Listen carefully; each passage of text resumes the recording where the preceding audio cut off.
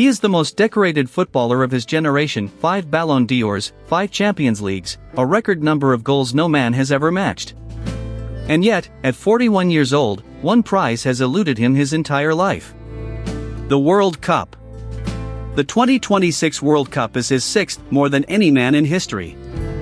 It is also, almost certainly, his last dance. This is the story of everything he won, and the one trophy he could never hold. It began on a small Atlantic island. Cristiano Ronaldo dos Santos Aveiro was born on the 5th of February, 1985, in Funchal, on the island of Madeira, into a family that had almost nothing. A skinny boy with an obsession, he left home as a teenager for the Academy of Sporting Lisbon. Coaches spoke of a hunger they had never seen before, a boy who stayed on the training pitch long after everyone else had gone home. In the summer of 2003, a friendly against Manchester United changed his life. The players begged their manager to sign the boy who had tormented them. Days later, Ronaldo was wearing the number 7 shirt at Old Trafford. Over 6 seasons in England he scored 145 goals, won 3 Premier League titles, and was transformed from a flashy winger into the most feared attacker on earth. But before the trophies came the heartbreak.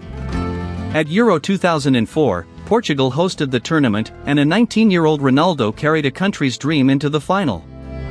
Then Greece, the great outsiders, struck once and held on. On home soil, in front of his own people, Ronaldo sank to the grass and wept. He was a teenager who had just learned how much it hurts to lose. 2 years later came the stage he had dreamed of since childhood. Germany, 2006. Aged 21, Ronaldo made his World Cup debut, scored his first goal of the tournament, and buried the decisive penalty in a shootout win over England. Portugal reached the semi-finals before falling, finishing 4th. It was a glimpse of glory and the beginning of a search that would consume the next 20 years of his life. In 2009, Real Madrid paid a world record fee to bring him to the Bernabeu. What followed was a goal-scoring phenomenon the game had never witnessed. 311 goals in just 292 league matches. Ronaldo did not simply break records in Madrid, he rewrote what a footballer was capable of. And then came the avalanche of individual greatness. 5 times he was named the best player on the planet, the Ballon d'Or in his hands in 2008, 13, 14, 16, and 17. On the grandest club stage of all, he was untouchable. 5 Champions League titles, 1 with Manchester United, 4 with Real Madrid, and a tally of European goals no one has ever come close to. In the Champions League alone he scored 140 goals, the all-time record. Whatever could be won at club level, Cristiano Ronaldo won it, often more than anyone before him. But club glory was never the void in his heart. That belonged to Portugal. And in 2016, at the European Championship in France, redemption finally seemed within reach. Then, in the final against France, disaster. A heavy collision wrecked his knee, and after just 25 minutes the captain was carried off on a stretcher, tears streaming down his face. His tournament looked over. But from the touchline he refused to disappear, roaring, pointing, coaching like a man possessed. In extra time the substitute Eder struck.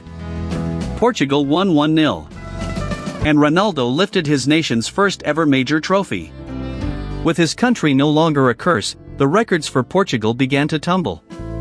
On the 1st of September, 2021, aged 36, he scored twice against Ireland to become the highest scorer in the history of men's international football. The number has only grown since, 143 international goals, more than any man who has ever lived. No one is even close. He also became the most capped male footballer in history, surpassing 228 appearances for Portugal, 2 decades of pulling on the same shirt and refusing to let go. And on the World Cup stage, he could still summon magic. Russia, 2018. Against Spain, Ronaldo produced one of the greatest individual nights the tournament has ever seen. A penalty, a fortunate strike, and finally, in the 88th minute, a free kick curled into the top corner to complete his hat-trick and rescue a 3-3 draw. Aged 33, he was the oldest hat-trick scorer in World Cup history. He is the only man ever to score in 5 different World Cups. But a hat-trick, however perfect, is not a trophy. Once again, the prize slipped away. Then the game began to change around him. In early 2023, Ronaldo left Europe behind and signed for Al-Nassr in Saudi Arabia, a move that reshaped the football map and proved his goals would not stop, wherever he played. But the World Cup wound was about to be reopened in the cruelest way. Qatar, 2022.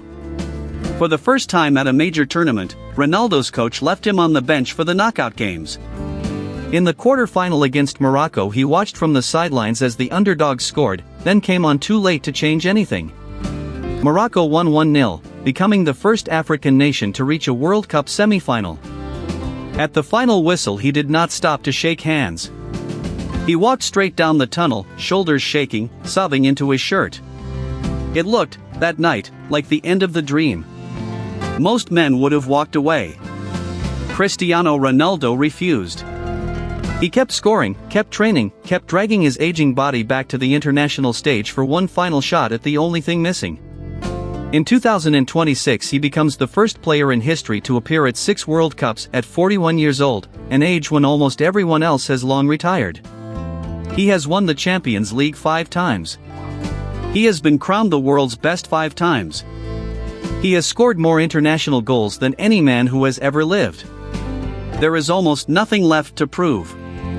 Almost nothing, except the one golden trophy that has slipped through his fingers since he was a crying teenager in 2004. This is his last dance. And the world is watching to see if, finally, the story gets its ending.